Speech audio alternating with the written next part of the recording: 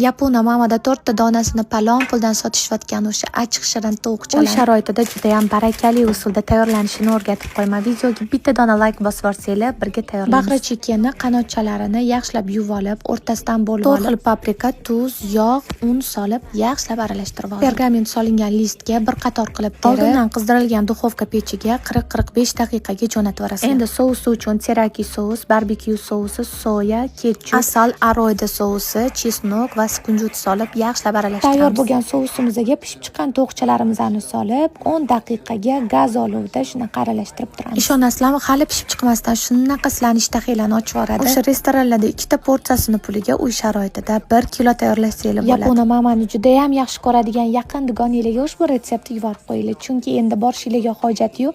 Uy sharoitida bemalol tayyorlasanglar bo'ladi. Retseptni hozir saqlab olinglar.